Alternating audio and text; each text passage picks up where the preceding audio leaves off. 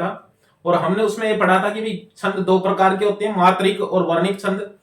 मात्रिक छंद कौन कौन से होते हैं और वर्णिक छंद जो है वो कौन से होते हैं, और उसमें गणों की गणना कैसे की जाती है, मात्राओं की गणना कैसे की जाती है, ये हमने पढ़ा था। आज हम मात्रिक छंद पढ़ेंगे। प्रमुख मात्रिक छंद जो है, देखो मात्रिक छंद जो है, मात्रिक छंद 3 प्रकार के होते हैं।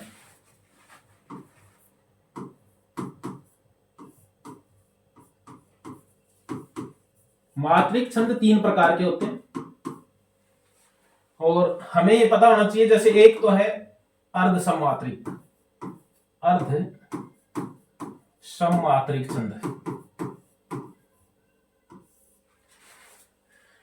दूसरा है मात्रिक सममात्रिक छंद,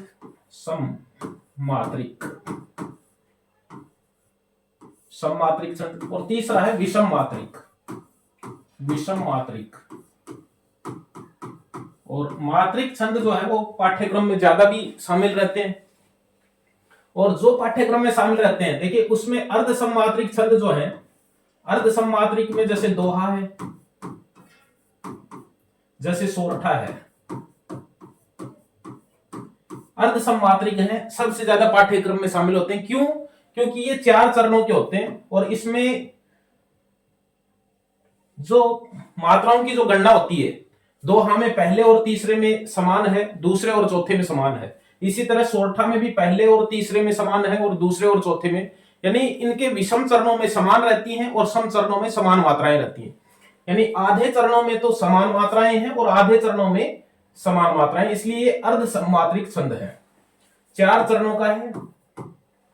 सममात्रिक छंद की यदि हम देखें तो सममात्रिक छंद जो होते हैं, जैसे रोला छंद है और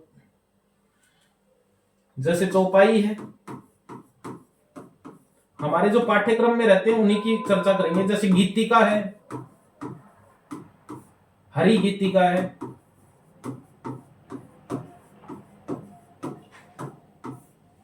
दोहा छंद में क्या है, 4 चरण होते हैं। पहले और तीसरे में 13-13 मात्राएं होती हैं। दूसरे और चौथे चरण में जो है वो 11-11 मात्राएं होती हैं। सोरठा के अंदर जो है वो पहले और तीसरे चरण में 11-11 मात्राएं होती हैं और दूसरे और चौथे चरण में 13-13 मात्राएं होती हैं। तो इसलिए ये अर्ध सममात्रिक हैं कि आधे चरणों की समान मात्राएं हैं और आधे की समान मात्राएं, अर्ध सममात्रिक छंद है। सममात्रिक छंद देखिए रोला है, प्रत्येक चरण में 24 मात्राएं होती हैं, 4 चरण होते हैं। चौपाई है, प्रत्येक चरण में 16 मात्राएं होती हैं, इसलिए सममात्रिक छंद है। गीतिका के प्रत्येक चरण में 26 मात्राएं होती हैं और हरि गीतिका के प्रत्येक चरण में 28 मात्राएं होती हैं। ये अलग बात है कि इसमें जहां पर भी यति होती है, ठहराव होता है, जहां पर ठहराव होता है, अल्प विराम होता है, जहां पर यति जहां तक होती है वहां तक मात्राओं की संख्या निश्चित होती है। जैसे इसमें 11 मात्राओं के ऊपर जो है वो यति होती है और फिर उसके बाद में 13 मात्राएं होती है। इस तरह से कुल 24 मात्राएं होती हैं। चौपाई के अंदर यति नहीं होती है, इसमें एक ही चरण की जो है वो पूरी पंक्ति होती है। गीतिका जो होती है उसमें यति जो है वो 14 और 12 पर होती है और इसमें 16 और 12 पर होती है। इस तरह से कुल 28 है और इसमें 26 है। ये हमें ध्यान में रखना है। अर्ध मात्रिक, सममात्रिक और विषम मात्रिक छंद। यदि हम विषम मात्रिक छंद की बात करें तो उसमें जैसे कुंडलिया है,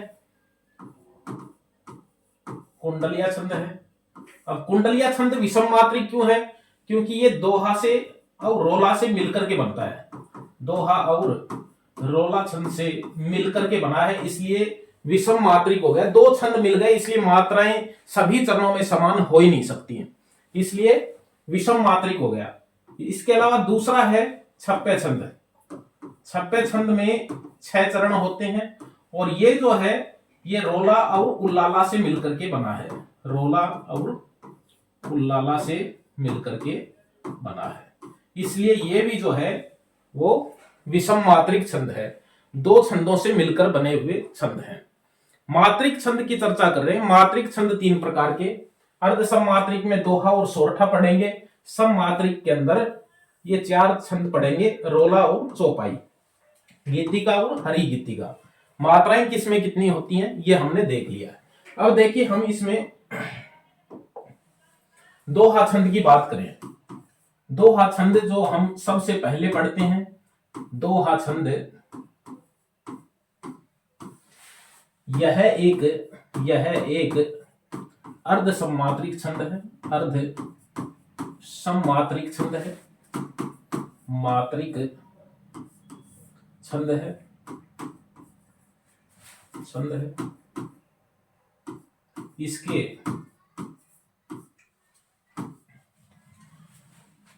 पहले व तीसरे चरण में 13 मात्राएं होती हैं, मात्राएं होती हैं तथा दूसरे व चौथे चरण में 11 मात्राएं होती हैं, 11 मात्राएं होती हैं, मात्राएं होती हैं।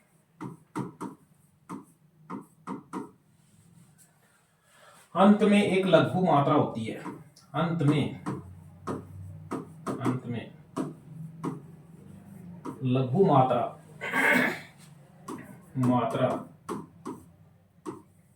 होती है, यानी जरूरी है। दोहा जगण से प्रारंभ नहीं होता है, यानी प्रारंभ में जगण नहीं होना चाहिए। अब जगण क्या है? जगण तो गण है, और यह हमें पता होना चाहिए कि भाई जगण में जितनी मात्राएं होती है, जिस हिसाब से होती है, वो इसके दोहे के प्रारंभ में नहीं होनी चाहिए। मात्राएं यदि पहले और तीसरे में 13 है, यदि हम उदाहरण देखें, उदाहरण से हमें पता चल जाएगा। उदाहरण यदि हम देखें कि मेरी भव बाधा हरो, मेरी भव बाधा हरो, मेरी भव बाधा हरो, राधा नागरी सोई, राधा नागरी सोई, जातन की झाई पर, जातन की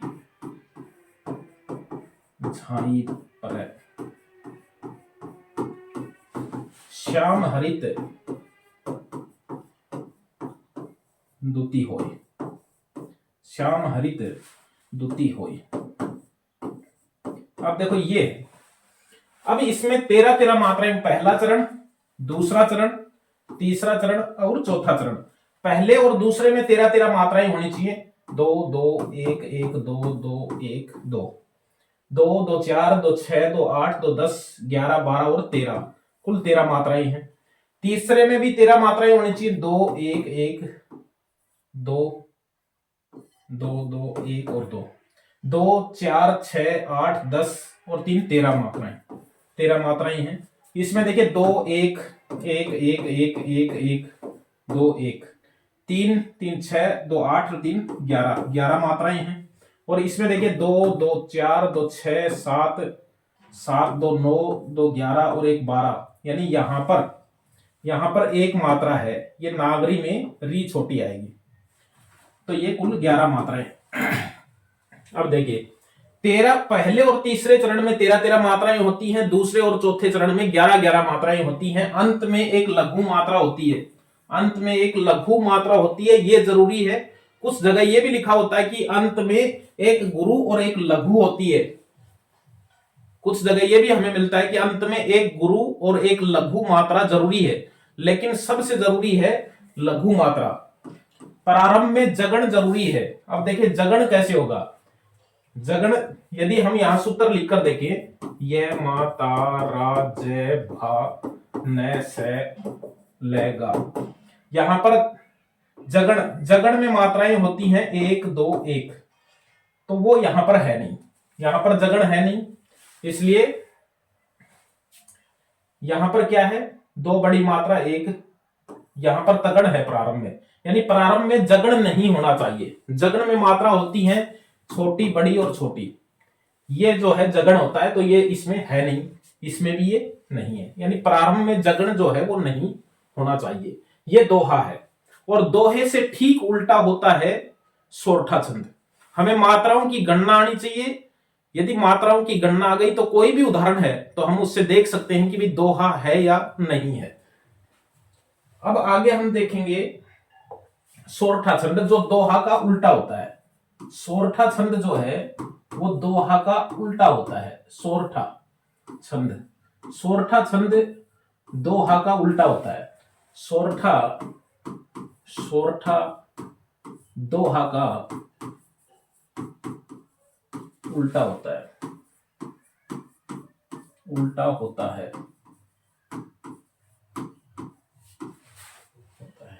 इसके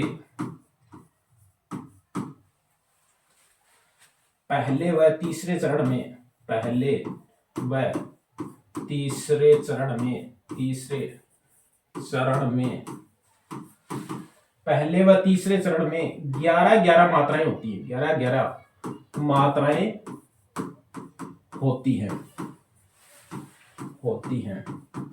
दूसरे, दूसरे व चौथे चरण में, चौथे चरण में 13-13 मात्राएं होती हैं, 13-13 मात्राएं होती हैं, होती हैं। ये तो है मात्राओं के हिसाब से। अब इसमें हमें यह भी देखना है कि इसके अंत में, इसके अंत में, इसके अंत में एक लघु और एक गुरु मात्राएं हो, एक गुरु मात्रा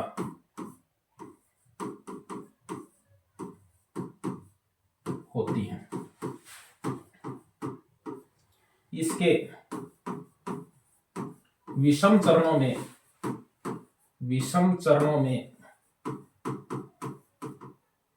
चरणों में तुक मिलती है, तुक मिलती है। ये हमें ध्यान में रखना, विषम चरण कौन सा होता है। पहला और तीसरा चरण विषम चरण कहलाता है। दोहे और सोरठे के अंदर पहला और तीसरा चरण विषम चरण कहलाता है, तथा दूसरा और चौथा चरण जो है वो सम चरण कहलाता है। विषम चरणों में तुकबाजी होती है, क्योंकि दोहे में सम चरणों में होती है, तो ये दोहे का उल्टा है। और उदाहरण देखें हम इसका, कि हिम्मत कीमत होई, हिम्मत कीमत होई, बिन हिम्मत कीमत नहीं, बिन हिम्मत हिम्मत कीमत नहीं। हिम्मत कीमत होई, बिन हिम्मत कीमत नहीं, और करे न आदर कोई,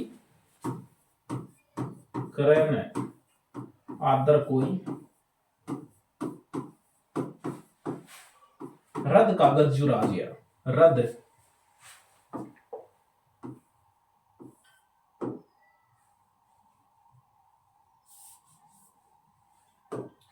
रद कागद जू राजिया, राजिया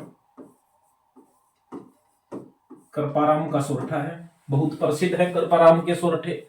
और देखिए इसमें पहले तो पहला चरण, दूसरा चरण, तीसरा चरण और चौथा चरण, पहले और तीसरे में 13-13 मात्राएं, 11-11 मात्राएं होनी चाहिए, कि इसमें 2 1 1 2 1 1 2 और 1, 4 4 8 3 11 मात्राएं हैं। तीसरे में देख लीजिए 1 2 1 2 1 1 2 1, 4 4 8 3 11 मात्राएं हैं। अब देख लीजिए यहाँ पर 1 2 3 2 2 4 2 6 2 8 9 10 11 12 और 13 मात्राएं हैं। और इसमें 2 1 1 2 1 2 2 2 और 2, इसमें 1। अब देखिए 2 3 4 5 6 7 8 9 10 11 12 13 14। अब देखिए यहां पर एक ही मात्रा आएगी और 3 नहीं है, 2 मात्राएं हैं इसमें। और देखिए इसमें 2 2 4 2 6 2 8 9 10 11 12 और 13, कुल 13 मात्राएं हैं। अब देखिए इसमें क्या है कि इसमें मात्रा की गणना, रद के अंदर मात्रा की गणना कैसे होगी। इसके अंदर क्या है कि ये र है, फिर द है और फिर द है, इस तरह से है रद, इसलिए इसमें 2 1। इसमें दोनों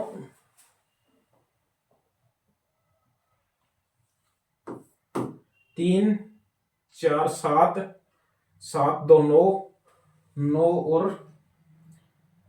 5 14। तो यहां पर एक एक मात्रा आएगी इसमें दोनों में एक एक मात्रा आएगी। तो इस तरह से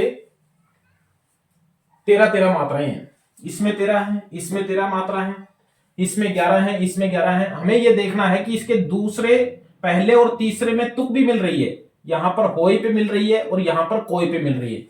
और इसके अंत में एक लघु और एक गुरु मात्रा होती है। इसमें एक लघु और एक गुरु मात्रा होती है, एक लघु और एक गुरु मात्रा होती है। इस तरह से इसमें दोहे का उल्टा छंद है, ये हमें ध्यान में रखना है। दोहे का उल्टा छंद है सोरठा।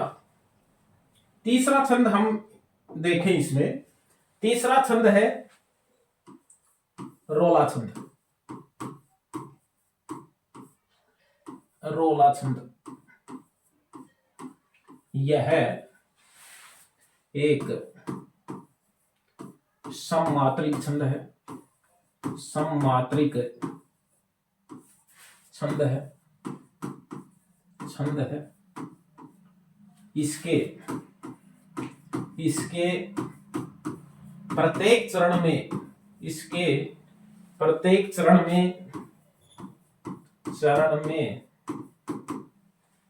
11 13 पर यति के साथ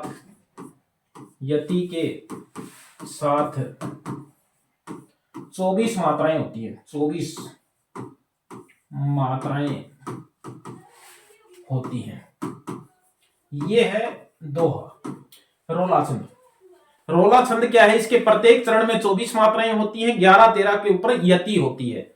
यानी इसका उदाहरण यदि हम देखें कि घुटनों के बल सरक सरक कर खड़े हुए हैं, घुटनों के बल सरक सरक कर खड़े हुए हैं, जिसकी रज में लोट लोट कर बढ़े हुए हैं, जिसकी रज में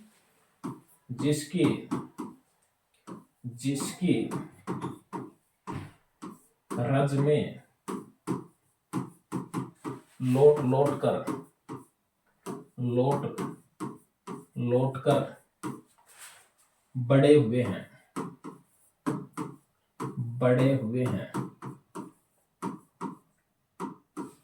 जिसकी रज में लोट लोट कर बड़े हुए हैं, घुटनों के बल सरक सरक कर खड़े हुए हैं, घुटनों के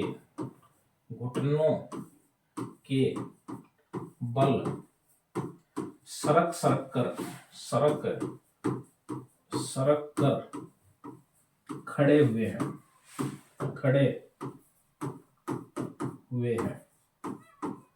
यानी 4 चरणों का होता है, 2 पंक्तियां और आनी चाहिए। अब देखिए यहां पर 1 2 4 5 6 7 8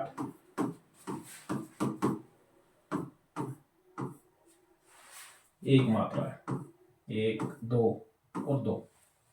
देखिए 1 2 3 4 5 6 7 8 9 10 11, यहां तक जो है 11 मात्राएं हैं। यहां पर इसके यति है, ठीक है, उससे आगे 13 मात्राएं, 2 3 2 5 5 3 8 8 और 3 11 और 2 13, 13 मात्राएं, कुल 24 मात्राएं हैं। हमें ये ध्यान में रखना है जहां पर विराम है, यति है, वहां चरण खत्म नहीं होता है, इसका एक पंक्ति का चरण होता है। दोहे के अंदर एक पंक्ति में 2 चरण होते हैं और इसमें एक पूरी पंक्ति का एक चरण होता है, ये हमें ध्यान में रखना है। अब देखो इसमें 1 1 2 2 1 1 1 1 1 1 2 4 6 8 3 11, यहां पर यति है इसके, यानी यति तक 11 मात्राएं होती हैं और फिर उसके बाद में 13 मात्राएं होती हैं। 3 3 6 6 3 9 9 4 13, यानी कुल 24 मात्राएं। प्रत्येक चरण में 24 मात्राएं होती हैं, 11 और 13 के ऊपर यति होती है।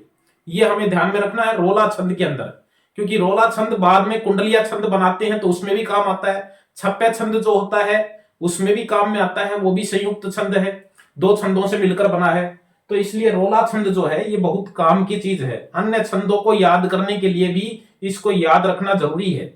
24 मात्राएं होती हैं एक पंक्ति के अंदर, ये भी हमें ध्यान में रखना है कि दोहे के अंदर एक पंक्ति में 24 मात्राएं होती हैं। दोहा जो होता है उसमें 13 और 11 24 मात्राएं होती है, लेकिन उसमें वहां तक चरण 2 माने जाते हैं। पंक्ति तो एक ही होती है, एक पंक्ति में 24 मात्राएं होती है, लेकिन उसमें चरण 2 माने जाते हैं। इसमें चरण एक ही माना जाता है और एक ही पंक्ति मानी जाती है, यह हमें ध्यान में रखना है। मात्राएं तो इसकी भी 24 है, ये ध्यान में रखना है कि इसमें 11 और 13, 11 के ऊपर यति होती है, फिर 13 मात्राएं।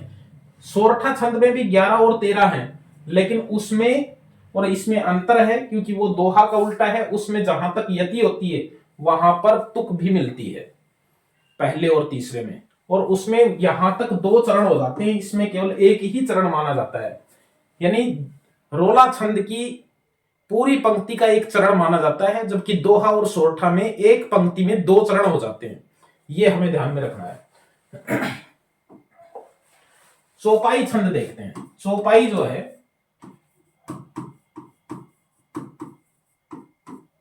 चौपाई छंद क्या है? चौपाई सममात्रिक छंद है, सममात्रिक छंद है।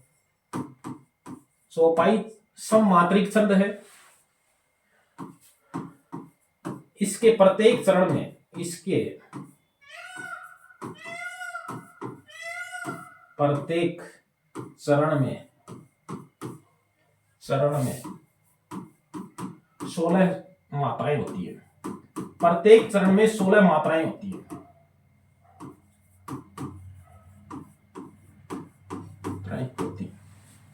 इतना ही नहीं होता है।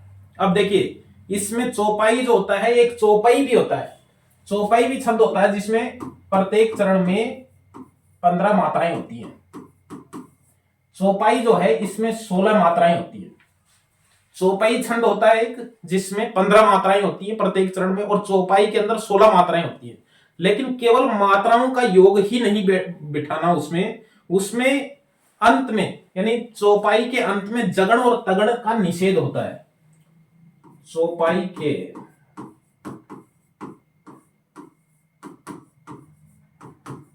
प्रत्येक चरण के अंत में, प्रत्येक चरण के अंत में जगण व तगण का निषेध होता है, निषेध होता है। मात्रिक छंद में जहां पर गणों का हिसाब लगाया जाता है कि प्रारंभ में ये गण नहीं आना चाहिए, अंत में ये गण नहीं आना चाहिए, ये केवल उसकी श्रेष्ठता के ऊपर निर्भर करता है। छंद तो वो रहेगा। यदि उसमें मात्राएं 16 हो गई चरण में तो चौपाई छंद तो है, लेकिन यदि जगण और तगण आ रहे हैं अंत में तो फिर वो श्रेष्ठ चौपाई नहीं मानी जाएगी। ये हमें सिर्फ इतना ध्यान में रखना है कि न तो उसके अंत में जगण आएगा और न ही तगण आएगा। उदाहरण देखते हैं हम इसमें कि उदाहरण तुलसीदास ने खूब लिखा है, जय हनुमान ज्ञान गुण सागर, जय हनुमान ज्ञान गुण सागर।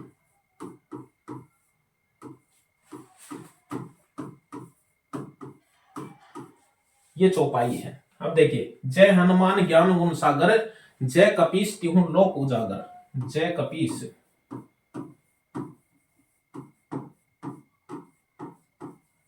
तिहु लोक उजागर।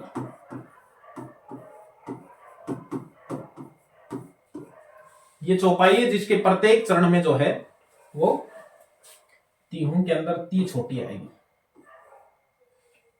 1 2 3 4 5 6 7 8 9 10 11 12 13 14 15 और 16 मात्राएं होती हैं। 1 2 3 4 5 6 7 8 9 10 11 12 13 14 15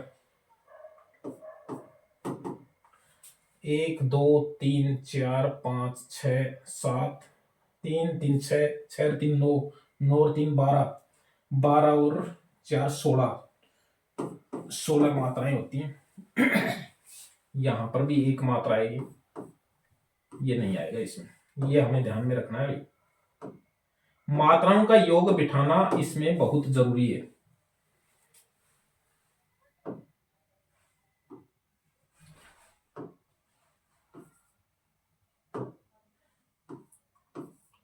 हूं 1 1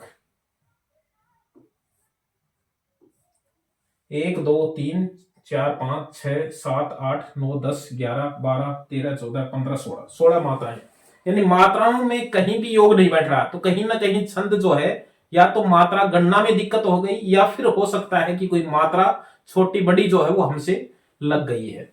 तो इसलिए 4 छंद हमने यहां पर पढ़े। मात्रिक छंद, जिसमें से 2 अर्ध सममात्रिक छंद हैं, दोहा और सोरठा, और 2 जो है वो सममात्रिक छंद हमने पढ़े हैं, जिसमें रोला और चौपाई है। इसके बाद में 2 छंद हम मात्रिक पढ़ेंगे, सममात्रिक, गीतिका और हरि गीतिका, और फिर उसके बाद में 2 विषम छंद पढ़ेंगे, छप्पे और कुंडलिया। फिर वर्णिक छंद जो है हम उसमें पढ़ेंगे। आज की क्लास इतनी है, हम फिर पढ़ेंगे, छंद के ऊपर चर्चा करेंगे, रिवीजन करेंगे, छंद का उदाहरण किस तरह से आते हैं ये भी पढ़ेंगे, प्रश्न किस तरह से आए हुए हैं हम उनके ऊपर भी जो है वो इसमें चर्चा करेंगे। तब तक के लिए धन्यवाद।